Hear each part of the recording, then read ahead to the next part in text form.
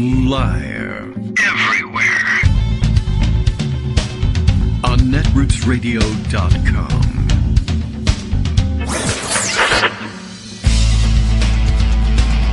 David Waldman. Kagro. In the morning. Now, here's David Waldman. Hey, how you doing, everybody? Good morning. It is Friday, March 12th, 2021. Time for another show. Time for some landscaping outside the window of Kagro in the Morning World headquarters. Of course, I think we might have lucked out. And the edgers that were roaring outside the window, they might be done with just before showtime, so fantastic. If not, well then, we're going to have some neat borders and some new mulch later in the day, I guess. The common areas outside of the world headquarters being taken care of by the Homeowners Association, I guess. Mulch not necessary in our tiny patch of ground, but outside, or just outside the reaches of our tiny patch of ground.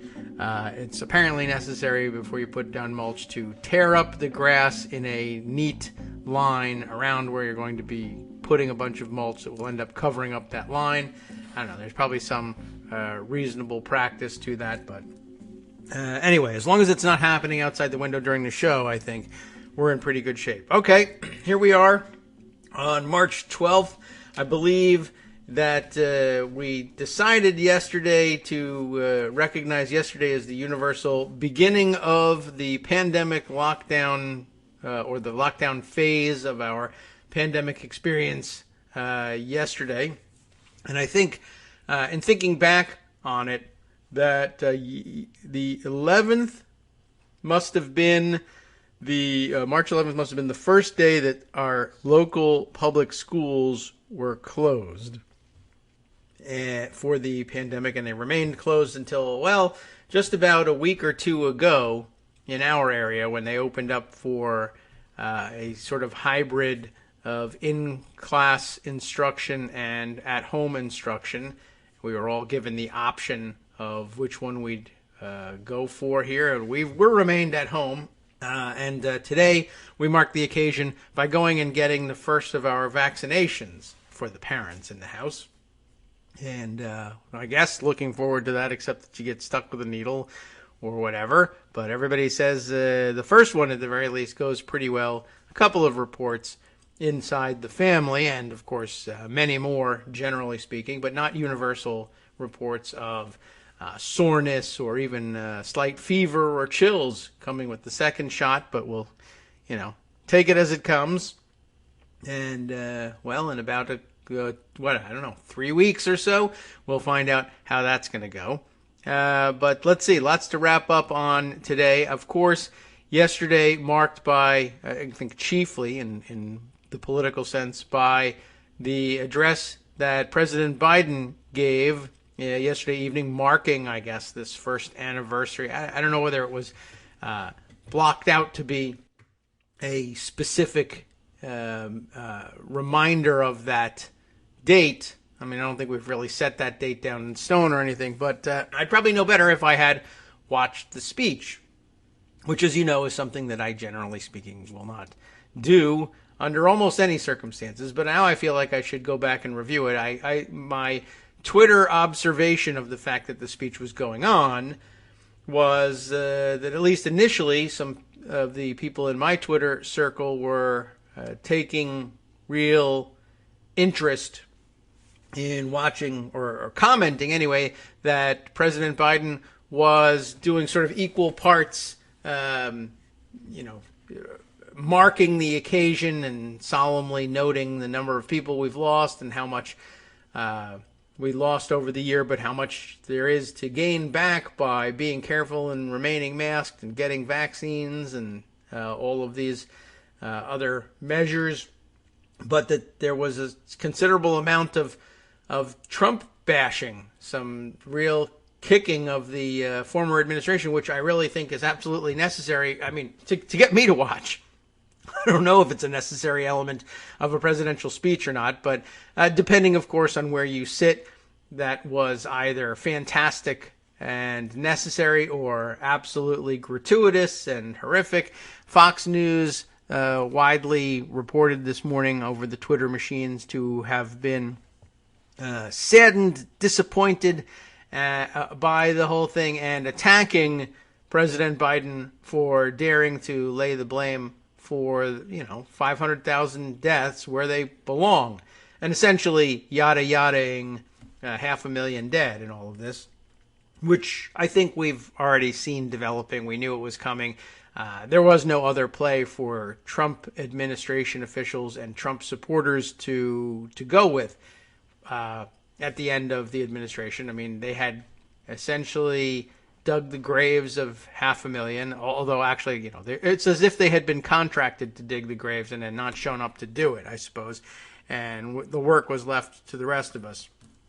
So any amount of frankness about who's to blame and how much blame there is to be laid at Trump's feet is, time well spent as far as I'm concerned. Bill tweets all the way from Portland, Maine to start us off today. Let's see what his idea of our direction ought to be. The Kagro in the Morning radio show is live now. This is always accurate every time he says it.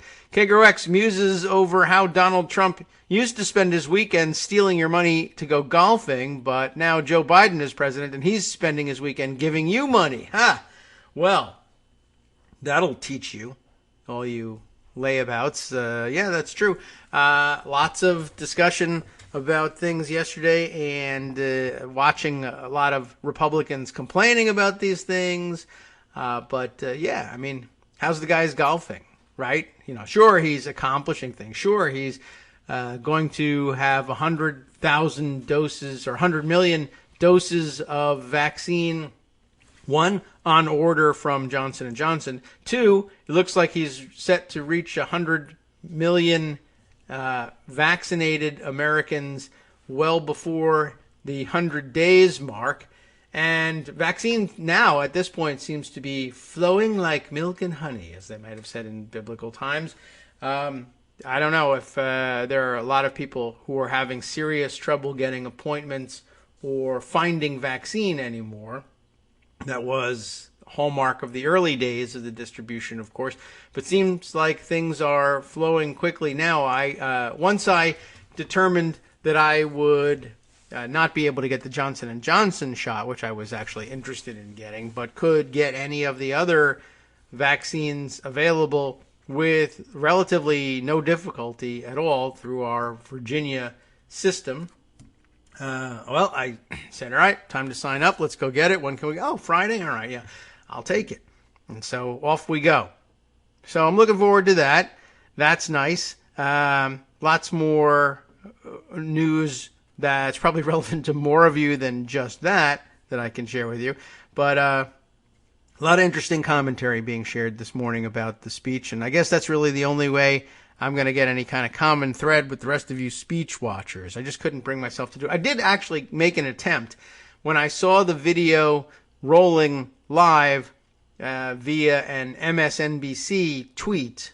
I clicked on it and decided I'd try and watch a little bit of it, but I quickly decided that the format in which they present it was just intolerable to me. They have a chat room running alongside or underneath the video, depending on whether you're watching it on mobile format or laptop format. And it's just absolutely intolerable. The idea of watching it along with people who can, who offer such sparkling commentary as, all politicians are liars, or, thank you, President Biden. And that being answered by, yeah, thanks for killing 500,000. And people they're actually arguing, well, gee whiz, a lot of those people died during the Trump administration. And they're getting pushback. And it's like, I can't be distracted by this sort of feedback. It's idiotic. It's a waste of time. And as a result, I turned off the speech. So unfairly penalizing President Biden, not watching his speech because of the chatter going on around the delivery of the address. Okay. I see Greg Dworkin this morning tweeting just at the moment with a hot take alert, I guess, with the little fire emoji. And it scrolled off immediately. So that's gone. So much for that. Dang it, this newfangled Twitter thingy here. It's not just that it scrolled down because other people's tweets came through. He must have, I wonder if he added a comment to it and then it was just attached to that feed and then gone. Let me, I now have to go and take a look for his Twitter feed to see if I can find the thing. Oh, unless he deleted it as I was about to read it. He got nervous and decided that wasn't the comment he wanted, or maybe there was a typo in it. We'll see if it reappears at any point in the near future. Anyway, lots of other commentary about yesterday's speech out there as well. Let me see, where can we find all of that? I watched a couple of interesting comments come through from, let's see, Josh Marshall had, I thought wrapped things up nicely on the speech. Don't forget, he says, the Trump administration literally had no plan to vaccinate anyone other than nursing home residents. The plan, which he encloses in scare quotes, was quite literally to deliver vaccines to airports in each state and let states figure out with no plan or funding. Just figure it all out. Here you go. Here's a box of vaccines. Go for it. And he just says, this is a fact. And it's a good reminder. It's true. I'm sure Republicans will push back and find it a controversial statement, but it is a true statement. There really was no plan. I was reminded of that yesterday when, about midday, when the discussion was going on about it being the anniversary of this big shutdown. And I couldn't remember offhand whether schools had closed on the 10th or the 11th locally. I actually decided to listen to our old podcast just to see if in the opening did I make any mention of the fact that, schools closed here and the kids are home and are homeschooling via computer or attempting to in the first couple of days. I think they probably didn't even ask them to do that. They just sort of canceled school for the Thursday and Friday. But I guess I made no mention of it, though we mentioned, of course, that schools were closing. We didn't talk about at least in the first opening minutes of the show. But it became clear that I guess the Thursday of that week was very different from the Wednesday of that week.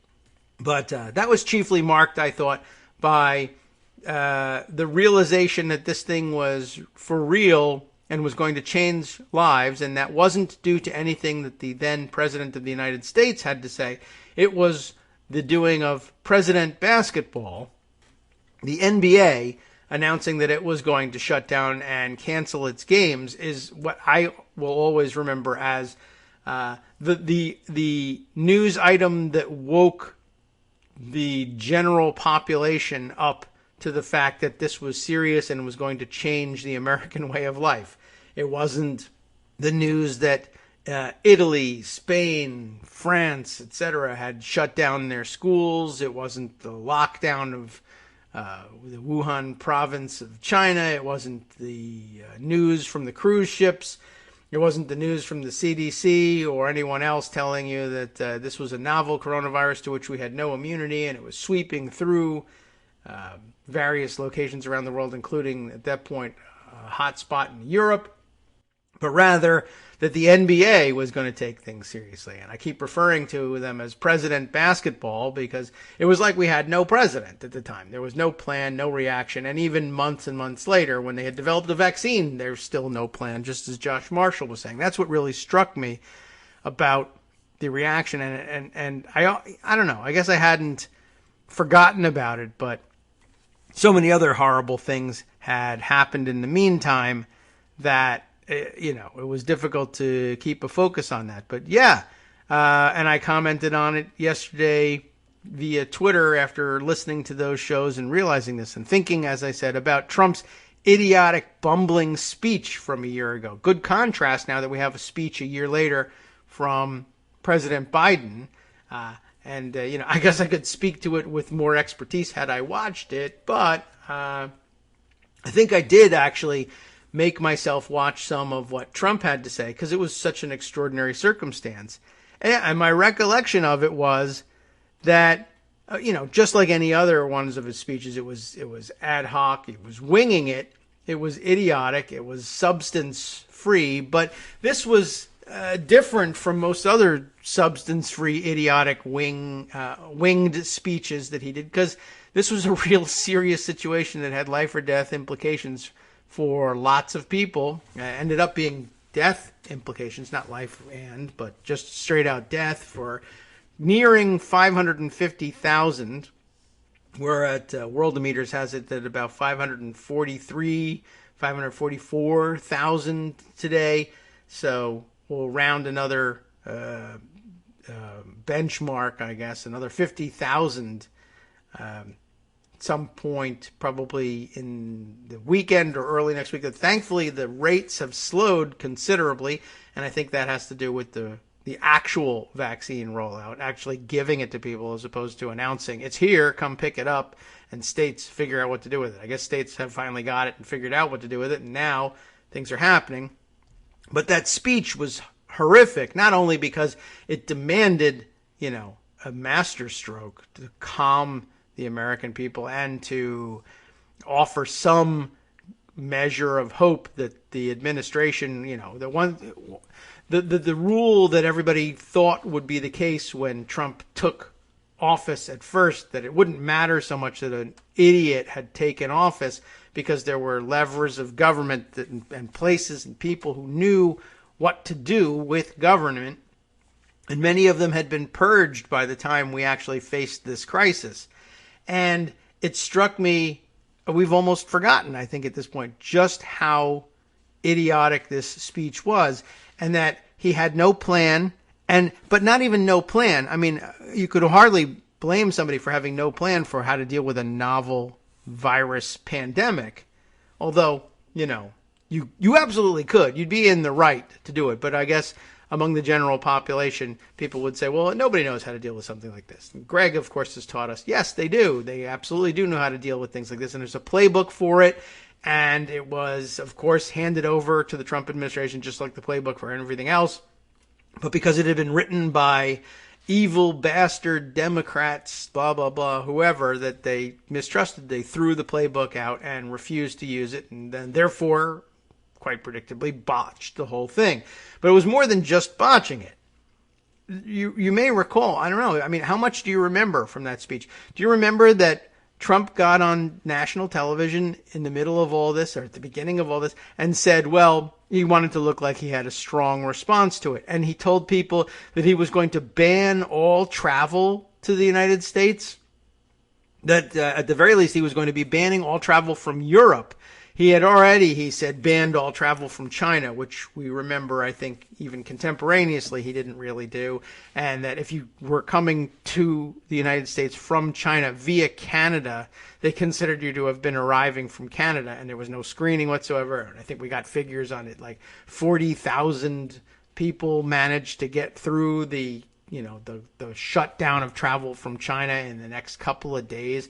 But he went on and said, well, now that Europe is a hotspot, I'm going to shut down all travel from Europe. He went so far as to say he was halting all cargo trade with Europe and the rest of the world, that it was going to be like Fortress America and no one was going to be able to get through. And it caused such a panic that people were rushing to the airports, American citizens who were in Europe at the time, rushing to the airports in the middle of the night to pay any price, to buy any tickets that were available or charter aircraft if necessary in order to get home. People were paying thousands and thousands and thousands of dollars in premiums, $20,000 to charter a plane, any method necessary to get home.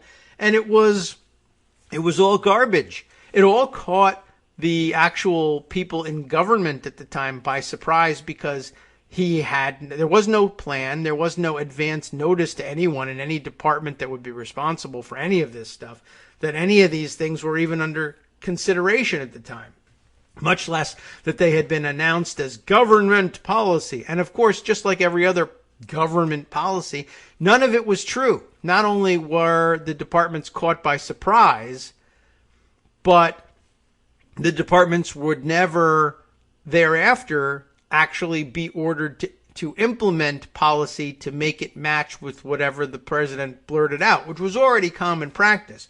Trump would blurt something out without any thought given to it whatsoever, and certainly no agency review. And then it would be the responsibility of the agencies and departments to scramble as fast as they could to try and make reality and policy match whatever they could glean from the president's utterances about what policy should be as a matter. Like we've described it before as like the Wikipedia editing model of backfilling policy, and he would say it and everyone would say that's not true, I know what the actual policy is, but then it would be the job of these departments to pretend that it had always been that and change their websites as quickly as possible and come up with some sort of plan. And that's how he kept losing in court so often on all of these things, was because there was certainly no review by lawyers. He would just blurt out what he thought policy should be, and then everybody's job was to try to make that the case. So people ran to the airports. I got a tweet last night from, here it is, as a matter of fact, Twitter follower George Manning, who mentions he was asleep in Iceland on a vacation to Iceland when Trump made the speech. And he says, my phone blew up with friends and family asking if we were stranded there. It was really scary for a few hours. Then, of course, we turned the conversation to how nice it would be under other circumstances to be, quote unquote, if you knew you could get back, stranded in Iceland, among the many places you could be stranded. One of the better spots, I think.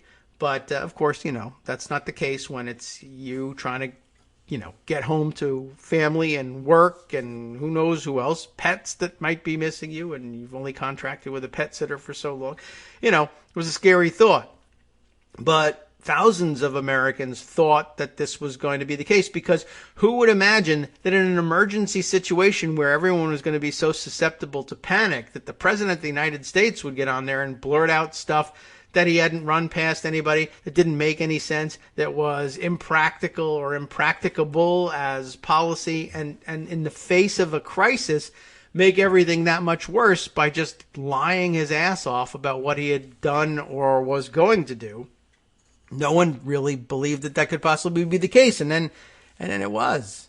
It just was. He had said this thing. And then within hours, though, they had to go out and backpedal all those things. He had gotten so far out past his skis that this time the agencies actually had to come out and say, no. That's not what's really happening. No. We're going to allow American citizens to return. No. Green card holders, permanent residents too. And then I think they might even have hedged on that. And no, we're not stopping all the cargo. I mean, the markets collapsed in part because he said, I'm calling a halt to world trade.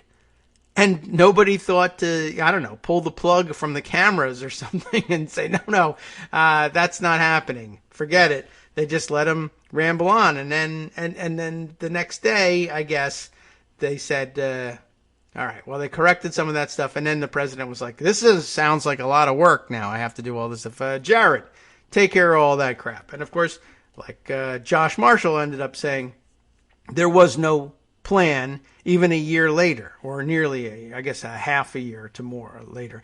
But yeah, my other comment yesterday on it, right out of the starting gate, Trump blew it. He signaled to the entire world that he was totally adrift, without a plan. But worse, as I guess it took us a while to figure this out, he felt that there was no need to have a plan for anything at all. Not for getting PPE, not for working on a vaccine, not on restricting travel, not on closing schools or, public business or anything. He just, leave it to the states. And I'll continue to play golf or figure out ways to travel around and go to Mar-a-Lago if I need to. The fact that he felt there was nothing he could do and nothing he needed to do is what cost us this 500,000 lives. And it lasted, as I mentioned, for the entirety of the rest of his term. And those 500,000 people are dead because of it. And it was really kind of amazing. I don't know. let's see. There's some commentary I can catch up with from others. Bill actually mentioned here, no one last night had to muse that this was the moment that Joe Biden truly became president, quotes, right? Because everyone knew that he was president at 12 noon on January 20th. This is a good point, Bill. But with Trump, there was a 24/7 national vigil for signs of a single nugget of presidential behavior. Actually quite well done inside the confines of a single tweet. That really does make a great point. No one has ever had to say that or even joke that this was the moment that Joe Biden truly became president, because it was the inauguration. Quite amazing to think about that and how that went down. Let's see. All right. Well, plenty of other things to mention, including the fact, since we'll cram this in just before the break, we've eaten up the first segment with this rather personal rant. But yesterday on the show, we mentioned that today, Friday, for whatever reason, had been selected for the big show, or what I guess the people imagined post-Trump would be a big show, the signing of the COVID relief bill, the American Rescue Plan. But we mentioned yesterday that there were lots of people saying, hey, well, why don't you just get this thing rolling already and sign it today? That would have been yesterday, Thursday. Why wait for Friday? And then the big news was, well, yeah, they did it. The bill had made it into their hands, and they decided, let's not have any delay. We can do a big ceremony or a celebration of some kind tomorrow if you want to, but why not just sign the thing, be bureaucratic about it, whatever, just get the job done and get the checks rolling. And they've done it, and they even announced yesterday, among many other things, that some with direct deposit who might be expecting relief payments could see that money in their bank accounts as soon as this weekend. Hi everybody, it's me, David. Let's change things up from the old fundraising pitch for just a minute and talk instead about how you can be a part of our show. If you've got a smartphone or any other electronic recording device, why not sit down and record a segment for us? Read us an important article and give us your take. Read one of your own original essays, or even just give us your commentary on something you'd like to share that's important to you. Then send the file to me at kagrox@gmail.com, and I'll try and work it into the show. Short segments, a few minutes in length, are easiest to fit in. And of course, I can't always guarantee that I'll be able to play everything, but if you've ever shouted at your radio or TV about something you wish was being covered, here's your chance to change that. Make the show your own. Send your submissions to me at kagrox@gmail.com.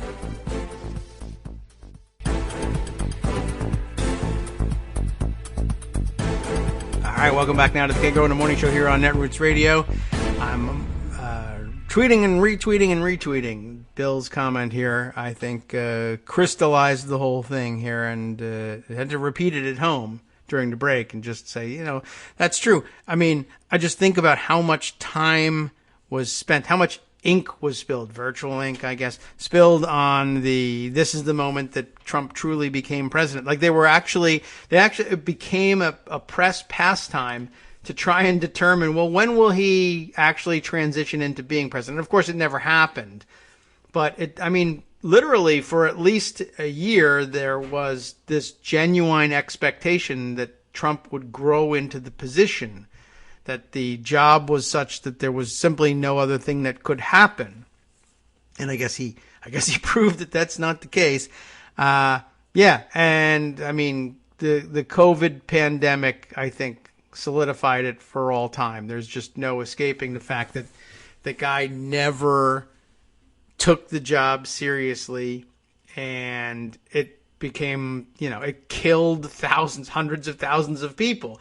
And as people pointed out last night, it's still the case that he was nearly reelected, which is really just astonishing. And as I've put it on Twitter, and I don't know why this has never caused any trouble. I don't want it to cause any trouble on Twitter. I mean, I think it's got a technical explanation as to why I shouldn't be in trouble for it, but I keep repeating, history will demand to know why we didn't hang Trump. It's crazy that, honestly, my feelings about it, and I guess because it's not happening on Twitter, I'm maybe closer to being allowed to say it, but it's the sort of thing that, I guess, but for the modern security and surveillance state, that in the past would have been, I guess, would have ended with, mad crowds dragging the president from the White House and lynching him, beating him to death. I don't know what they do with him once they get out, but I mean, how do you sit there as president during a situation like this and think, I can continue to fumble this stuff. I'm rich. I'll be taken care of. What the hell? Secret Service is going to guard me. I mean, it's amazing. It's a staggering thing to me that you could have not only bungled the job so badly, but not even have sweated the details at any point. And, I just can't think of any other person in the world who wouldn't be universally reviled. I mean, universally reviled for having done what he did. And he still seems to be proud of it. And there are people who still say this was a fantastic thing to do. It was a good idea. No one could have saved these lives. And you might as well have been a strong leader saying blah, blah, blah, and beating up on poor people and people of color and immigrants the whole time, because what's the point of trying to address this health crisis? I think I saw somebody retweeting just the other day. It might have been Eric Boehlert retweeting, just as a reminder, this was a real thing that once happened in the media, that they were speculating on whether or not the Ebola crisis was going to spell the end of the Obama presidency. This was bury his presidency.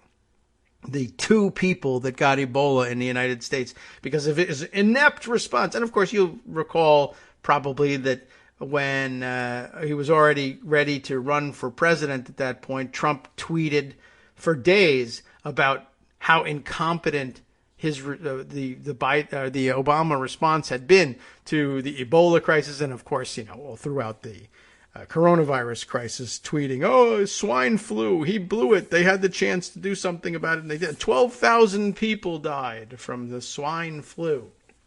And he kept doing it even as, 10 times as many people had died. And that was a long time ago from the coronavirus crisis. And as I constantly remind people as I'm keeping track of the deaths, when we had neared or just passed 60,000 deaths in April of last year, that Jared Kushner, April of last year, it was still April, it was the very end of April, but April of last year declared the Trump administration response to the coronavirus a great success story. That, that history textbooks would point to this response as, this is how you deal with a crisis. And I don't know whether he really believed it or not. It's hard to tell with Kushner. But it didn't matter, because that was the end of their plans to do anything other than the hunt for a vaccine. And I guess people are trying to credit Trump. Trump's certainly trying to take credit for the vaccine. And people trying to be somewhat fair about things, saying, well, they did kick off a massive race for the vaccine. But even that, it seems to me, was kind of, and I'm biased in this, and I know it, and I'm happy to continue to be biased, because quite honestly, Trump deserves to, like I said, have been hanging from a tree somewhere over this, but or a lamppost, as the case may be. But the race for a vaccine was, well, who makes vaccines? Give them a bunch of money and ask them to make vaccines. They were going to be making the vaccines. And I mean, there was an important role for government there in guaranteeing that the costs would be covered and enough vaccine units would be purchased to make it worth dropping everything else, if that's what they did, and working on the vaccine. And that was something that was necessary and had to be done. But I mean, I don't know. I don't know what to tell you. The fact that Trump later neglects to buy enough doses of the vaccine to actually vaccinate enough people in the United States, I guess that's really all you need to know about the thing, right? The fact that the Biden administration was able to make headlines buying 100 million units of the Johnson & Johnson vaccine is astonishing, just because what the hell was that even a job that this second president to deal with coronavirus had lying around available to him. 100 million vaccines. It seemed to me the first thing I thought when I heard that announcement was, well, that can't be the right number, because what are we going to do with all these extra vaccines? Because surely the Trump administration, taking credit as they are for the development of the vaccine, had bought enough vaccines, or, maybe they hadn't been manufactured yet. True. And they certainly hadn't been delivered, but surely they had said, how many people live in the United States? How many shots do you need to get immunized to coronavirus? 2. We have 330 million people, so we're going to need 660 million doses of the vaccine, plus or minus some number because of whatever, screw-ups, mad scientist pharmacists leaving them out on the counter to strike a blow for freedom, whatever. But we're going to need that, it couldn't possibly be the case that there were still margins for the Biden administration to purchase 100 million doses of the Johnson & Johnson vaccine, which only needs 1 dose, and there not be just, now, isn't that just a waste of tens of millions of doses? I mean, you could and should ship them to other countries, perhaps, but that wasn't the discussion. I mean, the fact that, and again, it was a 1-dose vaccine, so it's really the equivalent of 200 million doses. Did the Trump administration leave a gap of 200 million of the 600 million doses needed unfulfilled and skip town and start playing golf in Jupiter again? That's unfathomable to me. But, it's also unfathomable to me that you could foment an insurrection against the United States government and overrun and sack the Capitol, and to this point, evade responsibility for it by saying, I didn't do it. I didn't ask people to do that. There's hundreds of people being arrested and charged with doing it. I'm glad that it hasn't been a blank check for these people. But the fact that, to date, there's no serious discussion of arresting Donald Trump for fomenting that insurrection, because he says, I didn't say go there and hang Mike Pence. And we're like, well, you didn't say it. We're not going to be able to prove it in a court of law. That is all astonishing to me still to this day. So, okay. So I'm going to waste your time complaining about that, but maybe it'll get you riled up, and maybe it's something you need for a Friday morning. I don't know. Maybe the coffee isn't kicking in, or maybe mine is. I had, as you know, I stopped drinking coffee, generally speaking, as a morning beverage, and then said, to hell with all the caffeine stuff, and went with tea. But today, recently, I remembered that I had some instant espresso, like in the cupboard here. We had it because one of my kids who went on a baking kick for a while, baking like complicated cakes, which was fantastic, except for, then you have to eat all these cakes. I mean, you could throw the cakes out, but who wants to do that? There's children starving in my house, me, one large child starving in my house, and there's this nice cake, and I wanted to credit him for making a good cake. And it was good cake, too. And he bought this espresso at some point to make some complicated cake recipe, and it's just been sitting there.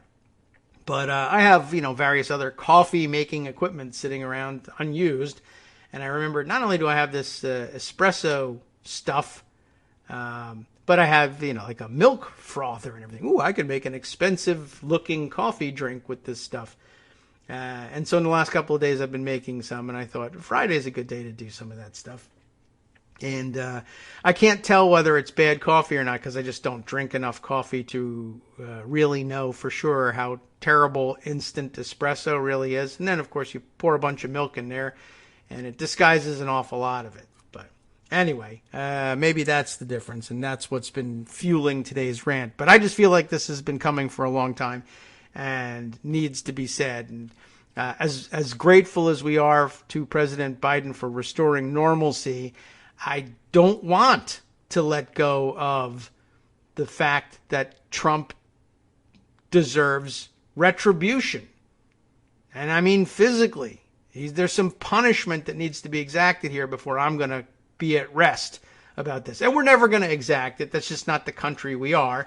And Trump should thank God for it every day, because in other countries, doing what he did and then fomenting a revolution or a would-be revolution on top of it and losing. I mean, I think I've said this much on the air before. I don't know that in any other country in any other time in the history of the world do the launchers of failed coups survive. Not only, physically live because they're not executed, but to walk around saying, yeah, I might run again, by the way. And quite an astonishing thing. Anyway, I should move on to some of the other topics that I have tucked away, because I'm only going to get myself mad for not bringing up all the things that I meant to bring up. I'll start here with another great save by Bill, who found Greg's tweet. Maybe it was just that it was older and someone had retweeted it and it was from a couple hours ago, so I didn't see it immediately at the top of Greg's tweet thread. I don't know. Let's go. But he found it and scooped it up.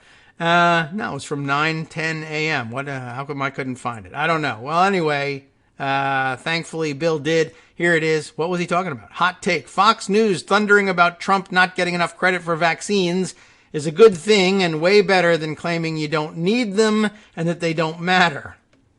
I guess that's true. And then he must have added another comment to it, and that's how come it disappeared from my feed. It became a tweet thread, and, the new Twitter algorithm, it disappeared and went to somewhere else. What else here? Kudos to Peter Hotez?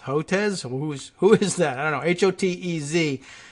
Vaccine scientist and pediatrician. Should be a household name, because vaccine scientists should be American heroes at this point. But what does he have to say about kudos to him for willingness to periodically go on Fox and talk about vaccines in addition to everywhere else? Big public service. Fox audience needs to hear it.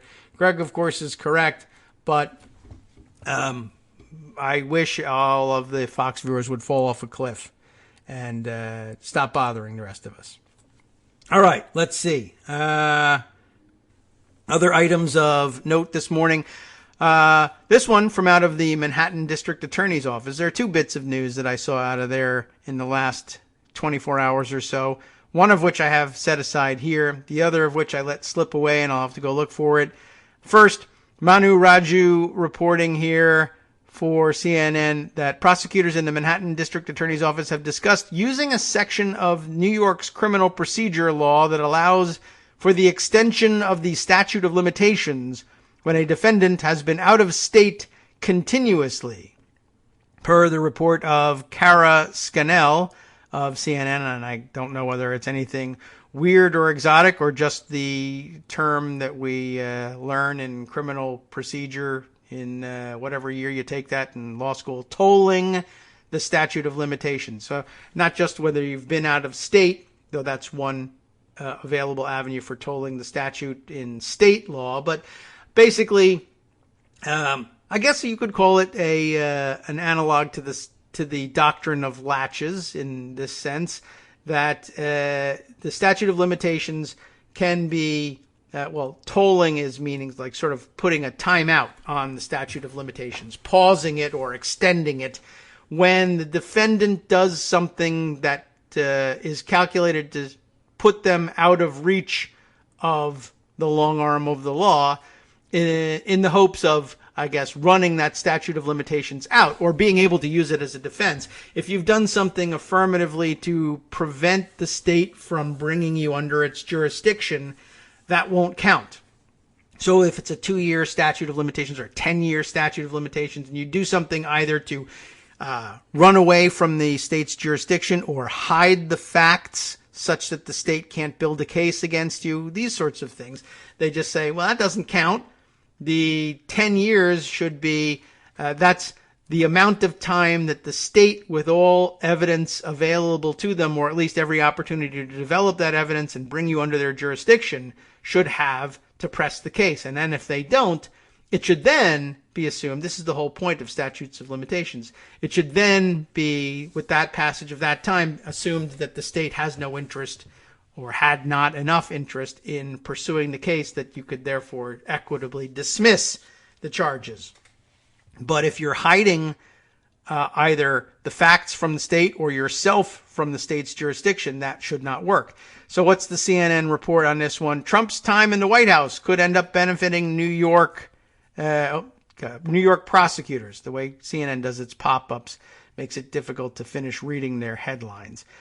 Former President Donald Trump's time in the White House helped shield him from investigations and some lawsuits, but it might open him up to greater legal peril from New York prosecutors investigating his finances.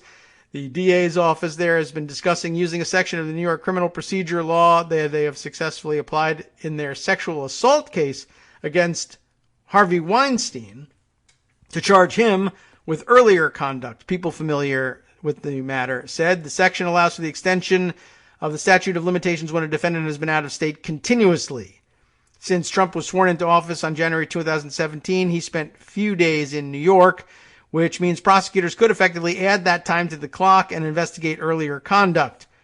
While that would likely apply only to the former president, legal experts tell CNN that prosecutors also benefit from an executive order that Governor Cuomo issued last March that paused the clock on the statute of limitations to address the coronavirus pandemic's impact on the New York court system.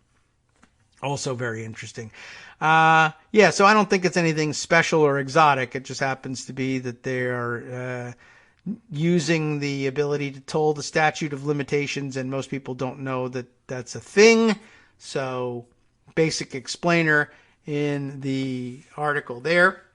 Just wanted to let you know that that was the case. The other one, and I guess I ought to look around for this, but I noticed that someone was saying that Cy Vance, who is the district attorney for Manhattan, has said that he will not be running for re-election. And I don't know whether that's supposed to be a sign of anything in particular. Here I happen to see the note about this from Jane Mayer, who says that he's not going to be seeking another term and end up leaving the case in the hands perhaps of some yet-to-be-determined successor. But he told his staff this morning at 6 a.m. that was the case. And I don't know whether that's indicative of anything about the strength of the cases that they think they're going to bring against him, or perhaps something else. Maybe the cases are quite strong and will succeed, and they anticipate, therefore, that the Trump slime machine will be taking aim at whoever happens to occupy the office. And I'm sure they won't mind looking back at Vance if he's no longer in office and attacking them personally. But it might be a wise choice. I mean, Vance has always been kind of an iffy figure in our discussions, and he may very well have good reason to not want to be in the hot seat when the Trump negative PR machine ramps up. I don't know. It could be something. It could be anything else. He hasn't said. I don't know whether his family are the type of people you would want to spend more time with or not, but usually people like to say that, or, health issues. It could be he's been in the job for a long time. I don't know. No explanation for it so far. All right.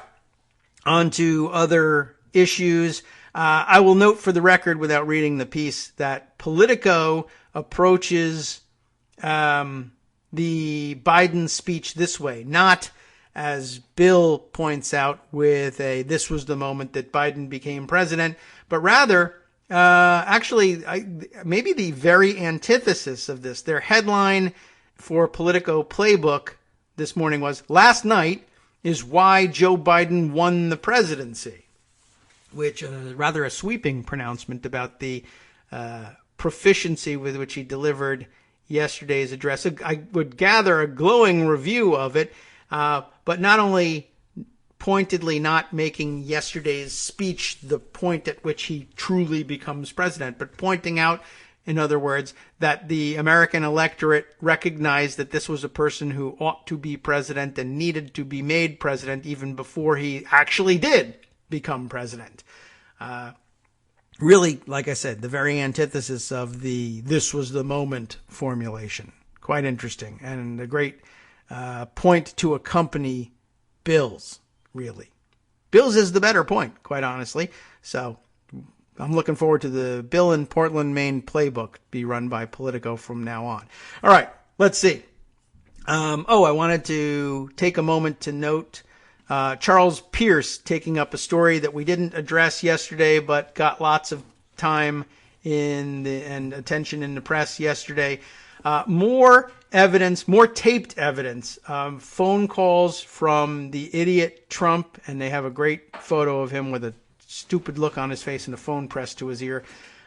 Not making these phone calls, so it's a little bit unfair there. I think they're taking the calls from kids calling Santa stuff, the NORAD line or whatever, which is bound to have Trump with the dumbest possible look on his face. But anyway, more phone calls to Georgia officials asking for more crimes with the aim of putting him back in the White House illegally and incorrectly, as having claimed to have won the election. Anyway, apparently one or at least one more of the phone calls that he made was in fact recorded, and that's in Pierce's headline here. Trump apparently called everybody in Georgia except Boss Hogg, and they all recorded it.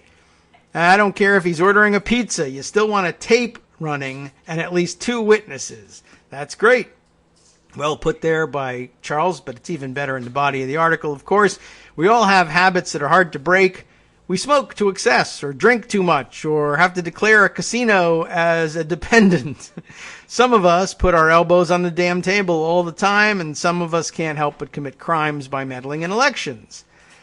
This news from the Wall Street Journal, who apparently got the exclusive access to the additional tape. This, I think, a call to the chief investigator for the Georgia Board of Elections, or whatever they call the applicable authority. We knew about the fact that the call had taken place earlier, but we didn't know that there was tape.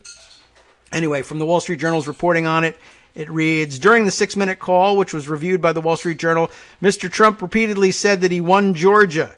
Something bad happened. He's such an eloquent guy. Something bad happened. He said, when the right answer comes out, you'll be praised. I thought that was something too. Very Trumpy thing to say to the person. And I gather that they were he was trying not at this point to be caught offering a bribe, whether on tape or otherwise.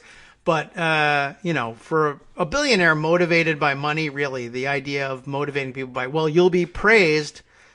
But again, maybe that has something to do with Trump's own conceit of himself, that he believes that there's something extraordinarily valuable about garnering praise from him, that people will actually genuinely profit from being praised by him. But anyway, when the right answer comes out, the right answer, you'll be praised, Trump told the chief investigator, Francis Watson.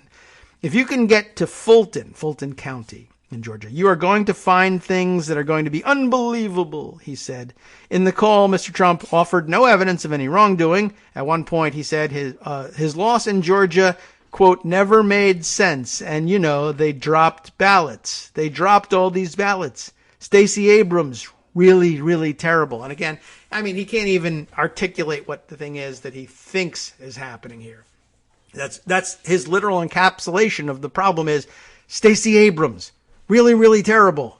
I don't know what that sentence is supposed to be, but you provide all the connective tissue. I'll blurt out the things that I need you to hear. Stacey Abrams, really terrible. Make a charge out of that.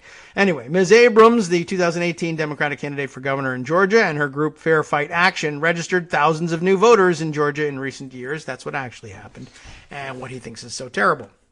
So, Charles continues here, if you're keeping score at home, the former president, asterisk, apparently called everybody in Georgia except Boss Hogg to solicit mischief in counting the ballots, and everybody he called apparently recorded the conversation, which is the only thing to do when that particular former president calls. I don't care if he's ordering a pizza, you still want a tape running and at least 2 witnesses. And he might still stiff your driver. But what do you see, or what you do see from his compulsive meddling is a perfect illustration of how desperate he was as he realized that his presidential immunity from all consequences was running out. And it turns out with very good reason. Anyway, my vision of the former president's whiling away the empty hours in a Fulton County holding cell is becoming clearer. From AP reporting, he quotes this: Fulton County District Attorney Fani Willis, and I got to check on the pronunciation of that first name, Fani, has engaged John Floyd, we mentioned this the other day, to serve as a special assistant district attorney to work with lawyers in her office on any cases involving allegations of racketeering. Floyd, we know the background. He's a RICO specialist. Racketeer, Charles notes in closing here, is a word that never should have fallen out of fashion. And Trump, I think, probably single-handedly capable of bringing it back. I know a lot of people aren't big fans of the RICO statute, but Trump is the kind of person for whom that was built, and it helps immensely in making sense of the criminal extent of his activities. I think it's a term that belongs back in usage, not just because it's going to work to get him in trouble, but because it helps explain a lot of things. As a matter of fact, perhaps after the break, I can get you back to why I was thinking this in this particular moment. But I spent an awful lot of time early in the Trump administration discussing the weird fact, still not entirely recognized in the American press, that dealing with the Russians, whether because you think they conspired in some way to rig the outcome or change the outcome or influence the outcome of the 2016 election or the 2020 election, or both for that matter, or the midterms in between, not necessarily all that important to coming to the conclusion that there's nothing in Russia quite like what we used to think of as the Russian government, so much as there is an organized crime ring that poses wearing the trappings of a government in order to get some immunity for it.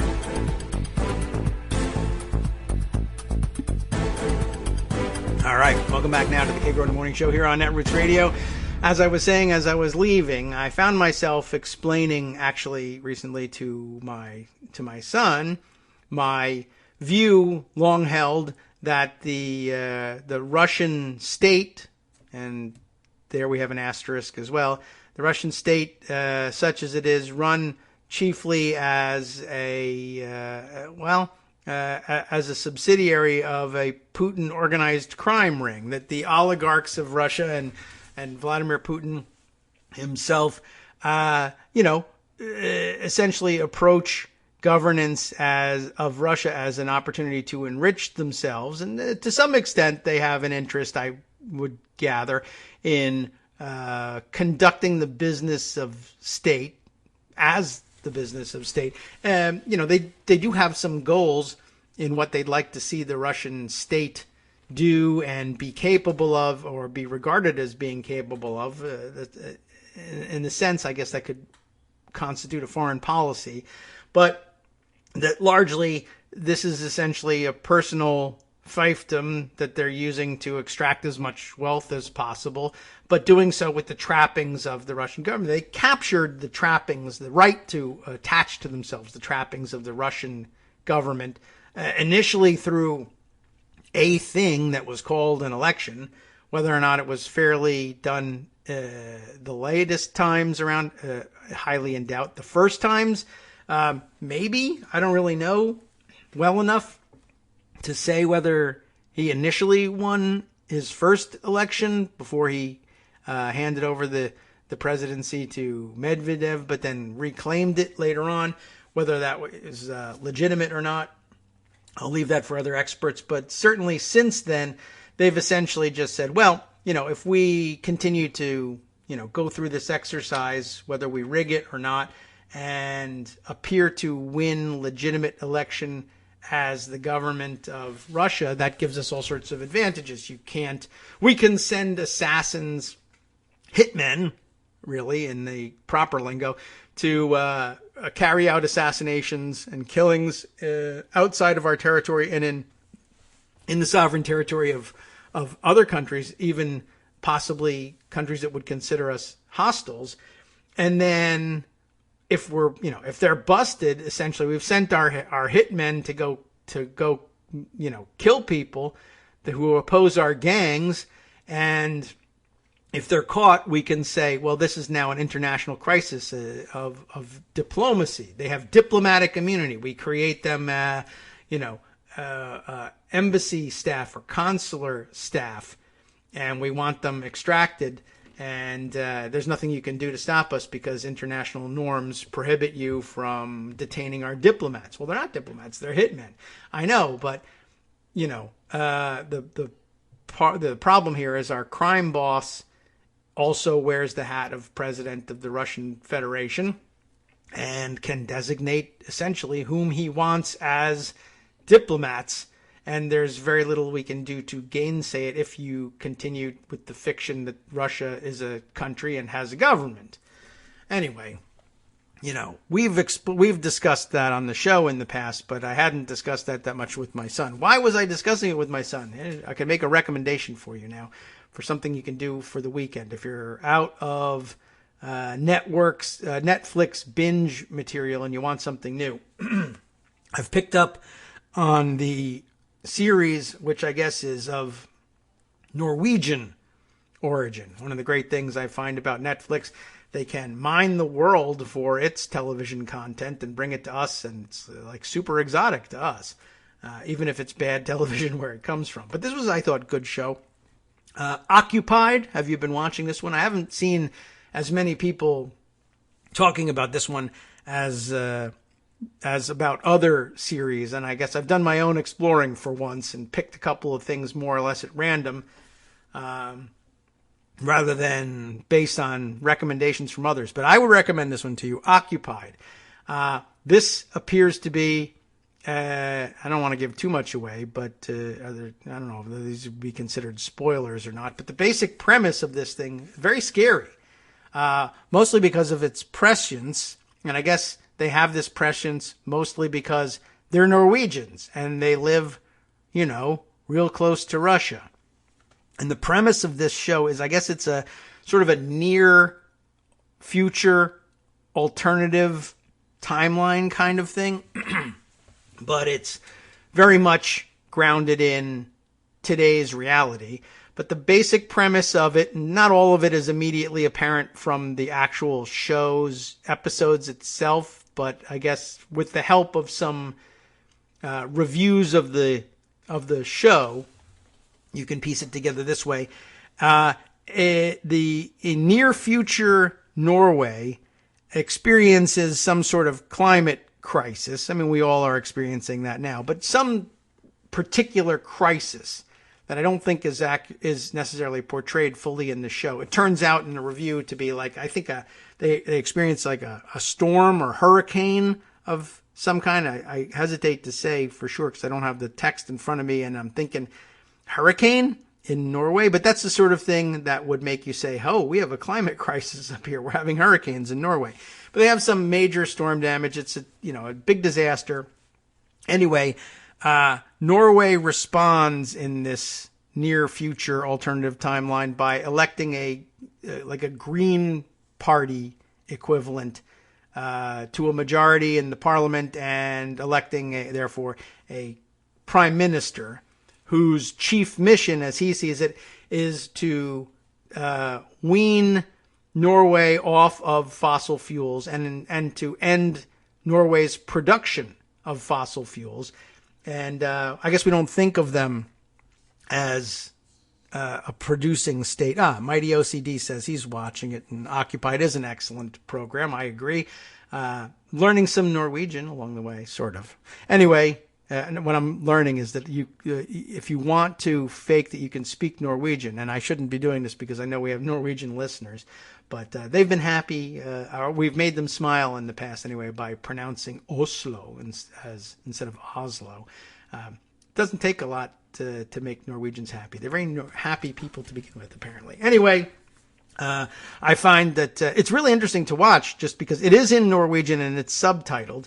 And you can kind of tell if your ear is listening out for it that there's lots of similarities between English and Norwegian, which I guess shouldn't surprise anybody given how many Norwegians speak such excellent English.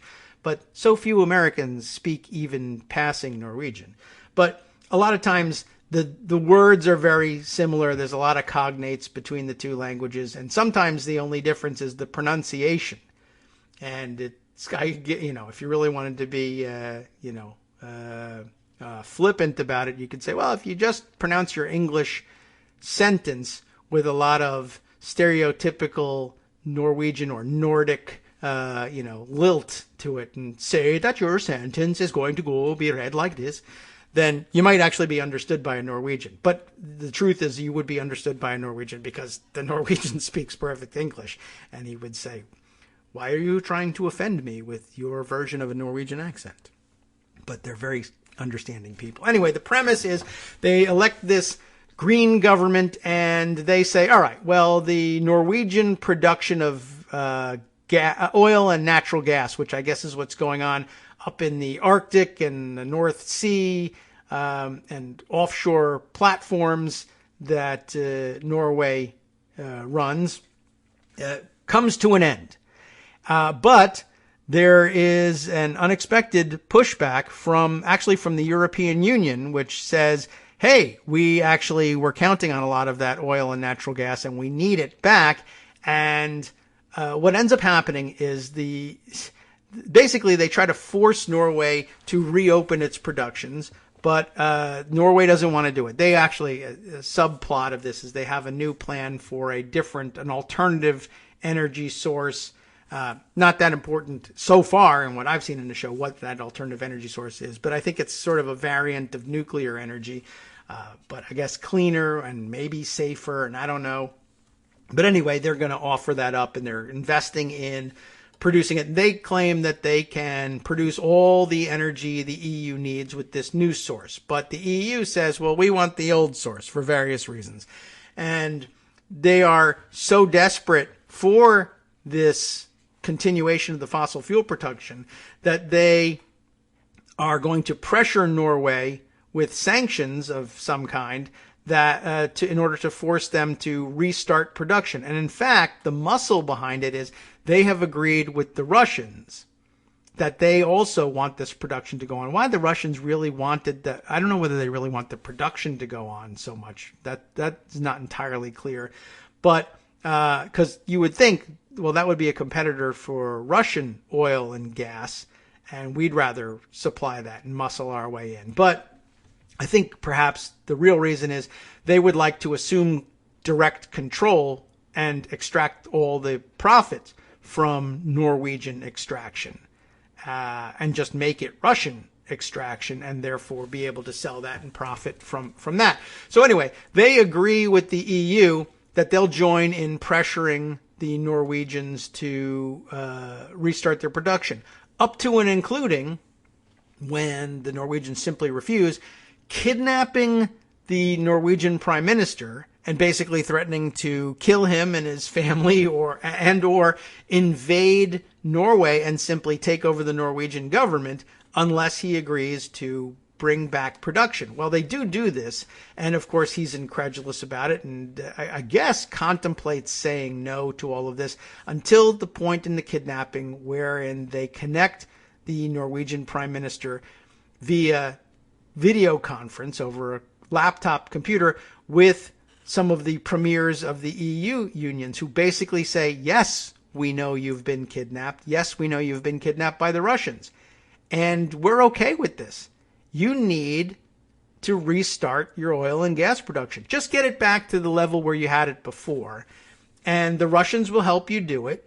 And you should allow them to do this. And when you get production back up to where it was, just maintain your standards. You can continue with your little experiment if you want, but you need to continue to provide Europe with the same level of production as before. And then once you're back up and running, keep it up and running. The Russians will leave. You run it. And you can run your alternative experiment too, but you can't stop now. And I guess seeing that the European Union is going to be of no help to him, he essentially agrees, but he's released and he goes back and faces his parliament and his party and says, guess what? I'm a green, but guess what we're doing? We're restarting our oil and gas production. and hosting the Russians to help us do it. And everyone's incredulous and they can't believe it. And how dare you? And what about Norwegian sovereignty? And what about everything you stood for? And then he has to navigate the political atmosphere that results, including eventually pushback from Norwegians who want an end to Russian interference. But this is a series written and conceived and filmed before the 2016 elections in the United States, which is really quite amazing and quite prescient.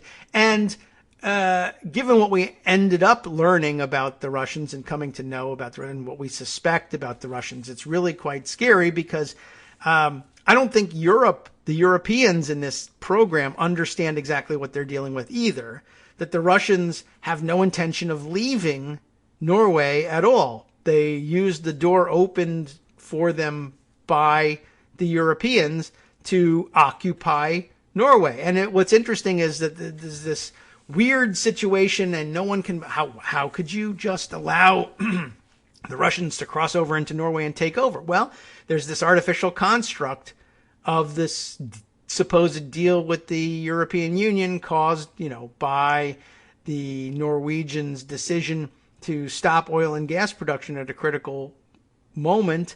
And the Europeans, I guess naively, invite the Russians to do what they think is their bidding. Why the Europeans in this program don't understand at the outset that the Russians don't have any motivation to force Norway to restart oil and gas production, given that it would be in direct competition with Russian oil and gas production. So they should have been suspect of the Russian willingness to go ahead with this. But it may just be, it's never really made clear. It may just be that the Europeans, if they could, would have wanted to have conducted this occupation of Norway themselves. It's just that either they didn't have the wherewithal to do it, or they just were embarrassed to do it because it would have looked so bad, whereas it would have looked par for the course for the Russians to do it. Maybe it's simply that. But at any rate, they seem to be unclear on the fact that, sure, Russia, what would make sense in the real world for Russia to back the idea of occupying Norway for the purposes of restarting Norwegian oil and gas production? The only reason that they would have done it in real life is because while everyone else would think of it as Norwegian oil and gas and then happily purchase it free of any of the stigma or consequences of buying increased Russian production that might exist among the Western countries, they could happily buy it thinking it was Norwegian, but it was all controlled by the Russians, and all the profits, in fact, remitted to Russia and the Russian oligarchs. They would be perfectly happy for that reason to restart Norwegian oil and gas production for the purposes of stealing it as Russian, but calling it Norwegian so that it could evade any sanctions that might ensue. So that would make a great deal of sense. And like I said, it's just very prescient and scary. And it's also a good series, and I'm enjoying it. And there are lots of twists and turns that I can't spoil for you and can't recount for you and can't do them justice anyway. So take my advice. That is to say, my advice is listen to Mighty OCD. Occupied is excellent. You should watch it. By the way, for more lighthearted fare, if you can't stand the drama constantly, for whatever reason, I landed at random on a comedy series called Derry Girls, which is also very funny, set in Northern Ireland in the late 80s and early 90s, which is funny on several fronts.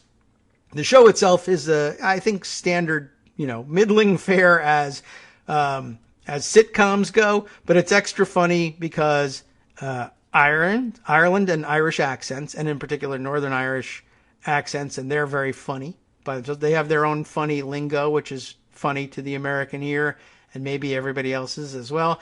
3, it's set in the late 80s, early 90s, which is a funny time, and that's really it. And so in combination, I think it does a pretty good job, and it's not a long-running series either. So it's not a major time commitment. It's funny. The episodes are, 20 something minutes because they were made for commercial TV, and it goes pretty quickly, and you'll enjoy it. And the accents are fun, and you might have to listen with subtitles along the way, and good character development. And they did a good job on these people. Very funny and believable, even though it was a sitcom. So if you need some distraction from the tensions of Occupied, I'm going to recommend Dairy Girls, and I don't know whether anybody will go along with me on that one. All right, back to the news. And I don't know, that was a fun distraction. I allow these things on a Friday. What else have we got? I did see some coverage of this over at Daily Kos, so you should take a look at what I think was it. I'll go and find it.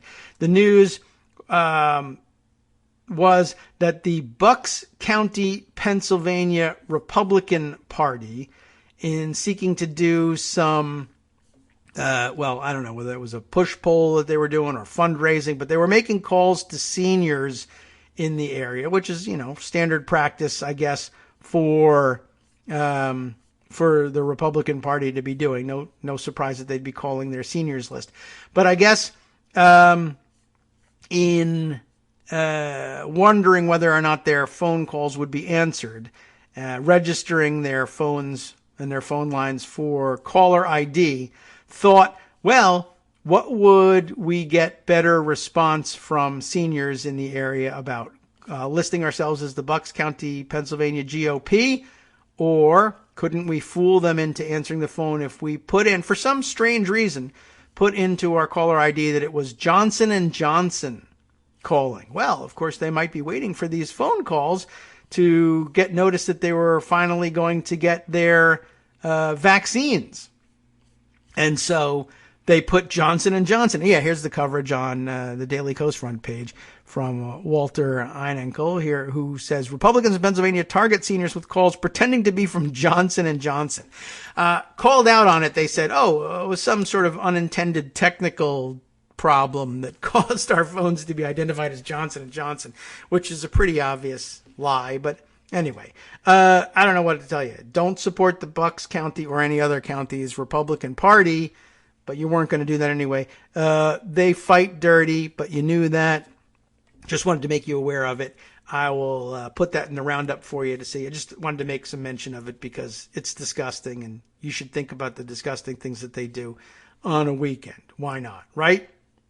Let's see. Oh, by the way, also news in the Georgia front in terms of trying to rig the election down there and do the criminal racketeering thing. Mark Meadows, apparently, according to Salon's reporting, could face criminal exposure for his role in Trump's Georgia phone call. Roger Solenberger on the story there. I'll share that with you for good weekend reading.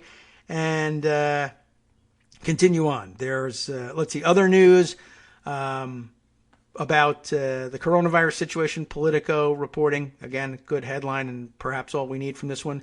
Virus drove record U.S. death rate in 2020. The CDC finds COVID-19 killed nearly 400,000 people in the U.S. in 2020, making it the third leading cause of death. And I guess as between that and the other deaths that we experienced, the U.S. death rate increased by 15% last year as a result of the COVID-19 pandemic, making it the deadliest year in recorded U.S. history, the CDC announced.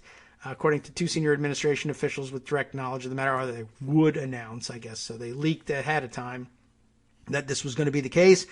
The agency will summarize its findings in an upcoming issue of Morbidity and Mortality Weekly Report. Its analysis will detail the rates at which U.S. residents of various races and ethnicities died as a result of the virus, as well as the total number of deaths in each demographic group, those sources said. And the fact that Donald Trump golfed through it all should, once again, enrage you today and forever. Altogether, more than 3 million people in the U.S. died in 2020, the agency said. So once again, presiding in the last year, just 1 year, less than a year really, of his presidency, record-breaking death rate in the United States, 15% increase in the number of people who ordinarily would be expected to die, dropped dead, or suffered extensively and then finally died in the hospital, thanks to Donald Trump's incompetence and indifference, and you should never forget that. And I don't really need to emphasize that anymore, but every opportunity I can take to say it today, I think I will. All right. Let's see. Other things that I wanted to bring to your attention. I got to open up some of these things and see what's in them, because they're hidden from me in the pocket view. Yes. Something I've neglected to mention explicitly yesterday, but I put in the roundup, or I gave a link to it to Scott for his roundup, and I skipped right by it, logically speaking, but made some oblique reference to it. When I was speaking yesterday about the committee of the whole in the House, and whether or not it would be considered a committee membership, technically speaking, for Marjorie Taylor Greene, I forgot to mention the why that was interesting or valuable piece of information at all. And this was the reason. Because of the various annoyance motions to adjourn and some other things that Marjorie Taylor Greene has made in recent days, Representative Cicilline, isn't that how he pronounces him? Congressman Cicilline has apparently told reporters, let me get back to the original tweet on this. It comes from Grace Seegers, CBS political reporter, that Congressman Cicilline just told reporters that he was considering proposing a rule that one can only make a motion to adjourn on the House floor if they are a member of a committee. And he says, I'm dead serious about this. And I think somewhere I actually finally found a write-up of this notion and put it aside. But yeah, I mean, an interesting play with the rules here. And it occurred to me, well, that's pretty narrowly targeted. That would probably work, right? There aren't very many members who are not members of any committee. But it's not just Marjorie Taylor Greene. So we'd have to tailor the rule a little bit. I think it's an easy enough fix, but you might know that the speaker, for instance, and I think the majority leader, maybe the minority leader as well, and the whips on either side traditionally also essentially give up serving on the committees because so much of their time is occupied with the party leadership role. They wouldn't have much time to give to committee work anyway. So, I mean, you couldn't have it just be, well, if you're not on a committee, I mean, you could write it this way, but if you wrote and said, if you don't serve on any committees, then you can't make a motion to adjourn. Well, that would preclude the speaker and the House majority leader, who would ordinarily make such a motion, if it was going to be made at all, from making adjournment motions. And that would be kind of an absurd situation. But like I said, easy fix. It could certainly be that, notwithstanding any other rule, you could say, well, if you don't serve on, or maybe you don't want to say notwithstanding, but you want to put that in the other piece. But if you don't serve on any committees, you can't make a motion to adjourn. And then another rule that would say motions to adjourn are given precedence, notwithstanding any other rule, if they're made by the majority leader, minority leader, Speaker of the House, or their designees. That would take care of things. So you do want to make sure that it isn't simply a blanket rule that says if you don't serve on a committee, you can't make a motion to adjourn. But whatever, you can get around it easily enough. What did I put aside on that? I think there was a write-up of it, but maybe not. But I did see this morning something else that I happened to retweet. Let's see if I can find it relatively quickly. But I think one of the who did it? Atlanta Journal-Constitution? Yeah, I think so. Did a piece on Marjorie Taylor Greene being annoying, and but noted for the record that because she had no committee work to do, she was hanging around on the floor and had sort of assigned herself the job of House floor watchdog for the minority, which, interestingly, they noted is a role that has gone unfilled for quite some time in the Republican Party. They say it's been 25 years since they actually had anybody doing this, which is amazing because you really should have that all the time. But not only are they not interested in governing, they're not even really interested in performative governance in the House because everyone was too bored to do what actual competent members of Congress used to do before. The last person I remember doing it, they mentioned in the article, Bob Walker of Pennsylvania, genuinely a parliamentary genius in his own right. What a come down from him to Marjorie Taylor Greene. Hi, it's me, David Waldman, your host for Kagro in the Morning. I have good news to report. Many more listeners like you are making critical contributions that keep our show on the air. Makes good sense, of course, and patreon.com, patreon.com, makes it simple. Now you can make easy, secure, recurring monthly contributions to support our show. Patreon.com/KagroX gets you straight to our donation page. Maybe you'd like to thank us for helping keep you sane during the Trump era. Maybe you're looking forward to in-depth explanations of what's going on in the Biden administration. Whatever it is that keeps you listening, we need your help to keep bringing it to you. And hey, if you happen to prefer using PayPal or even the Square Cash app, we're up and running with those options too. Thanks again, everyone, for all of your support. We literally could not do this without you. All right, welcome back now to the Kagro in the Morning Show here on Netroots Radio.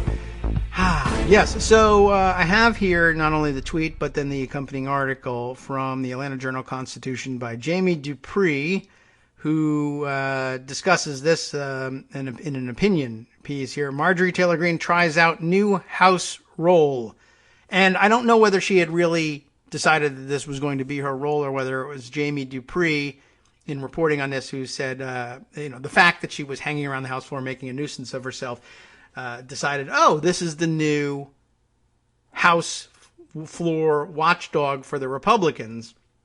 Because, like I said, pointing out that the role had been unfilled for about 25 years might lead you to the conclusion either that, and they might be equally true and applicable here, either that the Republicans really just don't know what they're doing and never did and never cared for the last 25 years anyway, or that, it's not Marjorie Taylor Greene thinking this, it's Jamie Dupree thinking, a gadfly who hangs around the House floor for the Republicans and makes problems for the majority Democrats is filling this role.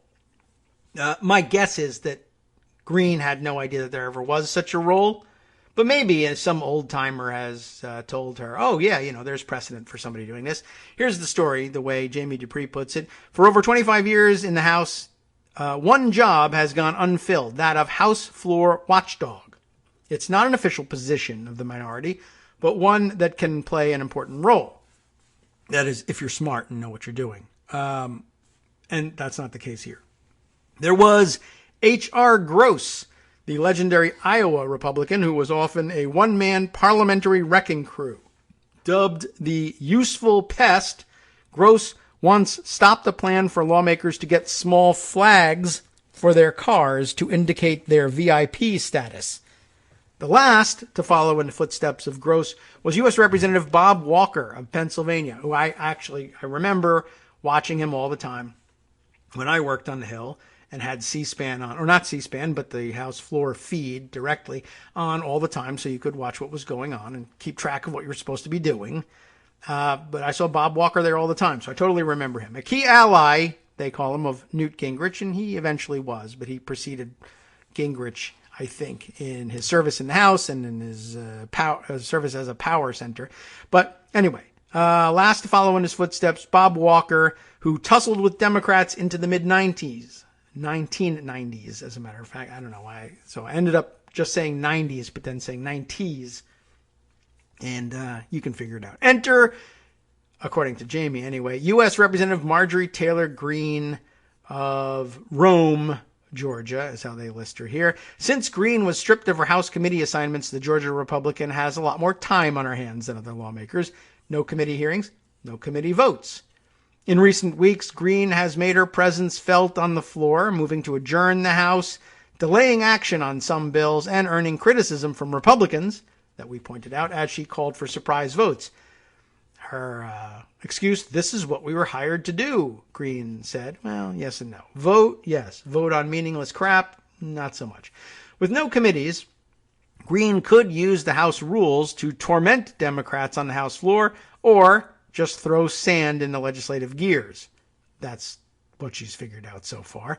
On Monday, Democrats postponed work on 13 non-controversial bills because Green was ready to call votes on all of them, which would have taken hours under COVID voting rules. And by the way, I was wondering about whether or not that was going to continue. I think, hasn't the bulk of, wasn't it a big deal in the news that they were offering vaccinations to members of Congress? Did enough of them refuse such that they can't now conduct business masked or unmasked in larger numbers now? Maybe it's the staff hasn't been vaccinated. I don't know exactly what the situation is, but you would think that we could get around to maybe getting back to having larger groups on the floor, even though the ventilation isn't great. But if they're all vaccinated, I guess they got to wait for science to catch up. Anyway, but back to the article. She seems to have down pat the obstructive part of the role, said George Washington University political science professor Sarah Binder. On the other hand, it doesn't really strike me as the best route if her goal is to gain media attention, raise money, and advance her and MAGA's agenda, Binder added. Matt Glassman of Georgetown University's Government Affairs Institute agreed, saying of Green, if her goal is bombastic attention, she has lots of avenues besides wreaking havoc on the floor, and they might find her to be an unwanted distraction, Glassman said of the relationship between GOP leaders and Green. The distractions were on display this week. One bill that Green derailed was a plan to make more veterans eligible for the coronavirus vaccine. Can't have that, right? Democrats passed it by unanimous consent the next day. Green wasn't there to object. Don't know where she was. Getting her picture taken for this article, perhaps. On Wednesday, Green temporarily delayed debate on a $1.9 trillion COVID aid package with another motion to adjourn, but over 36 Republicans voted against her, and the number keeps growing. Unfortunately, some Republicans are voting with Democrats to continue business as usual, Green fumed. If Green really wanted to learn the House rules, she could funnel the intensity of her star power into regular floor combat with Democrats, a throwback to Newt Gingrich tangling with Speaker Tip O'Neill. Or she could fight with her own party. We'll see what her choice is. And that's interesting. And so the point really here, I guess, just to put a finer or blunter, I don't know which point on it, is that if she were to do some study and familiarize herself with parliamentary procedure in general, the House rules in particular, and find some weak points, she could really become a force on the House floor and make trouble for Democrats beyond simply wasting time for Democrats. Or she could just say, I've learned how to call for a motion to adjourn. That would be considered a first step in learning the rules. I don't know whether somebody just handed her a card and said, do this, or whether she figured it out or what. But she doesn't seem like the type that's going to invest a lot of time in studying the rules to really learn what's going on and find other ways to disrupt things besides motions to adjourn. But if she takes the easy way out and just continues to do that, then she'll be fighting with her own party as opposed to making them, they might moan and groan about votes and stuff. But I don't know. I think some clever innovation that makes people say, wow, that's a really clever use of the rules would go a long way towards extending Republican tolerance of this kind of same time wasting, but at least it would look intelligent. But I guess you just have to ask yourself, what are the chances that Marjorie Taylor Greene is going to work hard to appear intelligent? Yeah, okay. So, I think we all have solved that problem for now. Okay, let's see. What other things do I want to share with you here? Because there's an awful lot that we've skipped over, and maybe I'll just do a headline roundup because it's the weekend and you can spend some time reading about these things on your own. Let's see. Among them, one story deserving of some attention, reported here in the Nevada, as they would say, Independent by star reporter for the state, John Ralston. This is an interesting take, something to watch happening behind the scenes on the Democratic side in between elections that's quite important. Hinted at by the headline, "Say goodbye to the most effective Democratic Party in the country." Perhaps an opinion of his, but they're strong contenders, I think, for most effective Democratic Party in the country. The Democrats in Nevada, they've been delivering Nevada's votes for Democrats for some time in a region in which it's perfectly plausible that things could go the other way, to be sure. But it has roots that you'll recognize. Almost a decade ago, Nevada's establishment Republicans had a problem. The forces of Ron Paul's quixotic campaign, presidential campaign, had taken over the state party and helped elect an ethically challenged former city councilman, Michael McDonald, as chairman, with zealots for a fringe candidate in control and their chairman, an untrustworthy hack who had just been recently lobbying Congress, or lobbying, in the state for the culinary union. The National GOP and National Republican Senatorial Committee had no choice. Too much was at stake. Mitt Romney's presidential candidacy and Senator Dean Heller's first race after being appointed. So they decided to bypass the state party for all of its useful functions: fundraising, voter registration, and voter contact. Thus, Team Nevada was born. Endorsed by national and local leaders, Team Nevada had its own headquarters and infrastructure. The Nevada Republican Party was deemed irrelevant in the 2012 cycle. The workaround worked, and it didn't. There were other factors at play, and Romney still lost the state, but Heller eked out a victory, and the GOP won key races for Congress and the state Senate. Imagine a mirror image of the GOP in 2012, and you will understand what is about to happen after this weekend's elevation of Judith Whitmer to state chair, a year after Bernie Sanders took over the state Democratic Party by decisively winning the presidential caucus here. The forces that erected one of the most formidable political machines in the country are, in concert with national Democrats, withdrawing money and staff, and plan to set up an outside entity to do what the Reid machine has done best: launder outside money, register voters, and yes, win elections. And immediately, I feel it myself. Sanders supporters and the Sanders sympathetics saying, well, now wait a second. A lot of what Bernie Sanders stands for is in opposition to a lot of what machine politics is about, and for good reason. And we shouldn't think that, because it's Democratic, it's automatically good or even okay to be doing these things on behalf of Democratic candidates. And, I hear your point, and it's a good one. And it's also particularly, it's a little bit frustrating, even for me, who would tell people, well, instead of being frustrated with politics or giving up on politics or just thinking all politicians and everybody involved in politics is corrupt and it's a hopeless endeavor, learn the rules and take over the party apparatus for yourself by showing up and bringing your friends and going to the meetings. And so they've done this stuff. And what's the reaction? That somebody else is going to try and take all the toys and run away. And that's not good. That might be okay. It might be conceived of as good. It's not okay. It might be conceived of as a good in the end because, we'll save the Nevada Democratic Party and elect Democratic politicians. But I don't know. And maybe you don't want to risk saying, well, will the Sanders operation, it's not the Sanders operation, but Sanders veterans, I guess, be able to do the job? We don't want to risk losing any elections in the meantime while we try to find out. But you kind of do sort of owe them the opportunity to try, I would think. I understand, the practicality of saying, well, we've done a good job with it and we're going to do a good job with it. And if that means taking the toys away, so be it, just so long as Democrats continue to win. That's not really a super healthy attitude, and it doesn't do much for grassroots participation. I understand the temptation, but I'm almost tempted to risk it in the other direction anyway, because, this is what we told people to do, and they went and did it. So anyway, this is a troubling development.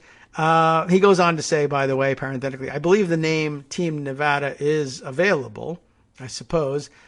Maybe they're not using it anymore over on the Republican side, or who cares even if they are. There are differences, of course, and let's see what some of them are. Whitmer, a progressive and Clark County Democratic Party chair who won a close race with fellow leftist traveler Tick Sigerblom, that's a real name apparently, the Clark County commissioner, is no Michael McDonald, who has presided over 3 presidential losses and GOP devastation down tickets since his first election. The Republicans won sweeping victories in 2014, but it proved a blip washed away in the next 3 cycles.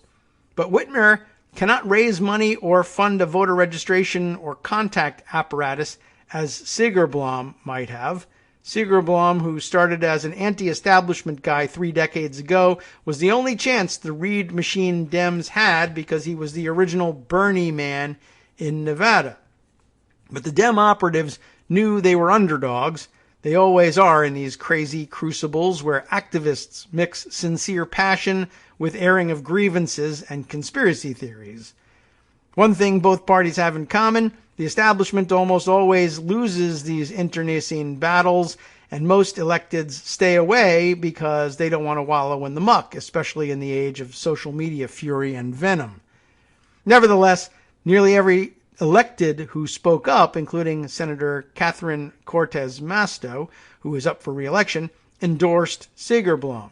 Game effort, but doomed to fail, I suppose. Just ask the establishment Republicans who repeatedly have tried to defeat McDonald, now in his 5th term.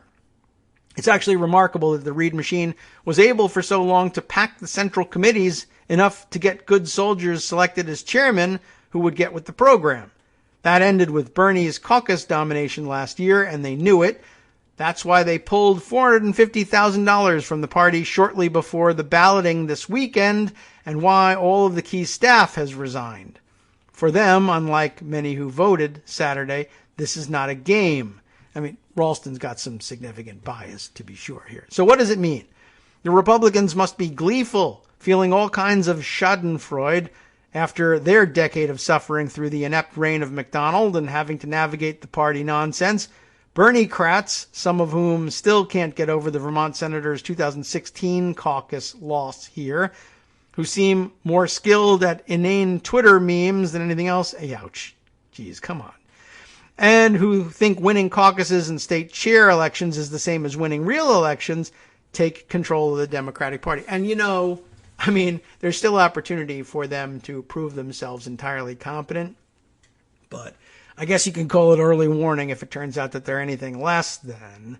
But, at least he acknowledges that there are some key differences between the way they might perform and the way Republicans have. But, yeah, you know what? As a matter of fact, I got to stop. I just wanted to sort of note that this story was happening, but I'm uncomfortable with Ralston's significant bias here.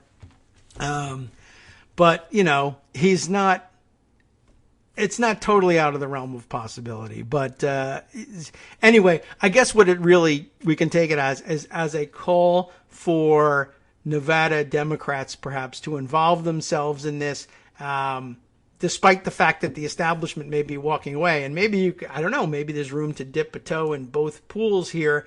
But it might be a good idea to hang around and watch and make sure that you can, perhaps there's something you can contribute procedurally and practically to the continuing administration of the official Democratic Party in operation in Nevada, whether it's despite or because it's being run by veterans of the Bernie Sanders 2016 and 2020 campaigns in Nevada. And I guess I can say this much. They were able to organize their caucus efforts and to learn from mistakes in the 2016 or their victimization, however you might put it, in 2016 and engineer a success in 2020. Why couldn't that translate into engineering success in general elections in the future? I don't know. But I would say this, despite his bias, Ralston probably knows better than I do what's going on the ground there in Nevada. But it's not a done deal. So anyway, just something for you to ponder over the weekend, and we'll leave it at that for now, because, it's enough, John. Jeez. Okay, let's see. Other small items worth mentioning before departing for the weekend. Manhattan DA's office news. Once again, some little bit more that we had skipped over thanks to Zoe Richards of Talking Points memo. Headline, Manhattan DA's office digs into forgiven loan in Trump Chicago skyscraper project. That's something that we read about, I don't know, at least 2 years ago, I think.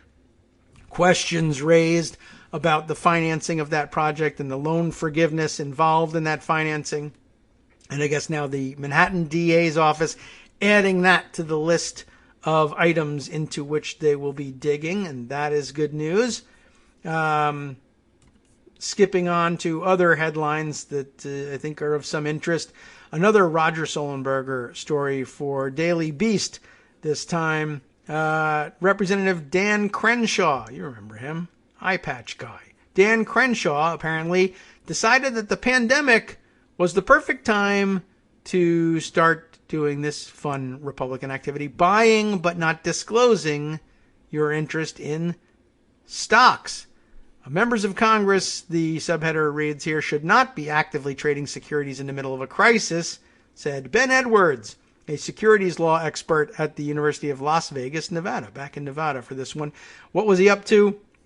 Well, let's start with what he wasn't up to first. Dan Crenshaw did not buy or sell any stocks in his first 13 months as a congressman, but that suddenly changed. In March of 2020, when he made half a dozen buys as the largest economic relief package in history, to that point anyway, was written and debated.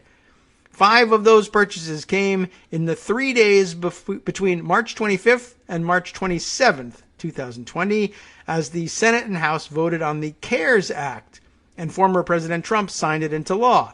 Crenshaw, who supported the bill because a Republican was behind it, did not initially disclose the transactions, in violation of the Stock Act, a law that requires members of Congress to tell the public when they engage in securities trades. Months later, he amended his records to reflect the purchases. So in other words, he was doing a Kelly Loeffler around the time that we were discovering that Kelly Loeffler was doing a Kelly Loeffler, as well as David Perdue. And to no one's surprise, Dan Crenshaw decided that was the time to get on it. But of course, before anybody knew that they could effectively heap opprobrium upon Republicans for doing such a thing, and that they were doing such things, he thought he could get away with it, and it took a year to discover that he was doing it. Now that we know, good. I'm glad that that's the case, that we've caught him out on this one, and I hope to hear more about it, and I hope it makes tremendous problems for him going forward. Okay, let's see. Other items worth sharing. Let's see. One of these days we'll have to discuss this too. I did find this follow-up piece on Michael Tubbs, former mayor of Stockton, California, who Greg mentioned the other day, and who I'm hearing more and more about how he too, despite the fact that he, had the courage to actually do the right thing with going forward with his experimental basic income program in Stockton, that by most reports has met with tremendous success, but yet he found himself out in the cold and defeated for re-election. Lots of rumors swirling from observers who dropped hints about this and then pointed me to certain articles about it, that he was the victim of a online disinformation campaign about what he had done in Stockton, and that perhaps it is what was responsible for his loss. I have here from the Columbia Journalism Review an interview with Tubbs, Michael Tubbs, on disinformation, racism, and news deserts by, I'm going to have to work on this pronunciation, Akintunde Ahmad, or perhaps Ahmad. The interviewer here, this a February 26th piece, looking back on this, and I think it would probably make an interesting read for you over the weekend. I'm not going to be able to squeeze it all in. It's not that long, but reading things in interview form out loud is sometimes a challenge and takes away from what you might glean from it. But I'd be very interested to know what he thinks went down in terms of disinformation online and elsewhere, including, it mentions up at the top here, Tubbs being subjected to a targeted disinformation assault by a fake news website known as the 209 Times, named for the area code in the area around Stockton. The 209 Times claimed, anyway, to be an independent, community-driven grassroots news source. In reality, it functions as a misinformation machine, trading on the relatively high levels of trust in local press outlets to spread lies and prey on voters' racial biases. So intriguing enough reporting there for you to maybe give it a look over the weekend. Maybe it's something we can discuss at some point in the future. But I wanted to note how many people told me that, yeah, there was a pretty serious misinformation campaign that he was the victim of, and that's why it ended up costing him re-election, not because there were any particular policy reasons not to consider him for a second term. All right, let's see. Other interesting items perhaps to make note of. We haven't noted, I think, to this point, for whatever reason, but you have probably doubtless heard about it, and I think there's an article about it in here somewhere. The weirdos who show up among the other cast of weirdos in the Capitol insurrection, but who have special reasons for being singled out as weirdos. One, a former Trump administration State Department official who, as a then current State Department official, participated in the storming of the Capitol, that causing some, raising some particular interest. And I'll try and find you an article or two to read about that one. But also this bit from the Washington Post, one of the people charged in the Capitol riot, a veteran who once served in the squadron of armed services members, I guess a Marine at that point, working on the Marine One squadron, whether it was during the Trump administration or earlier, I'm not certain, but let's take a quick look here. Alex Horton reporting for the Washington Post. Veteran charged in Capitol riot once served in Marine One squadron, officials say. Marine Corps veteran charged in the Capitol riot once served as crew chief for the Presidential Helicopter Squadron, a highly restrictive unit that requires a top-secret security clearance, officials said on Wednesday. John Daniel Andres, Andries, 35, of Piney Point, Maryland, arrested last month, charged with 2 felonies in connection with the Capitol riot. Let's see.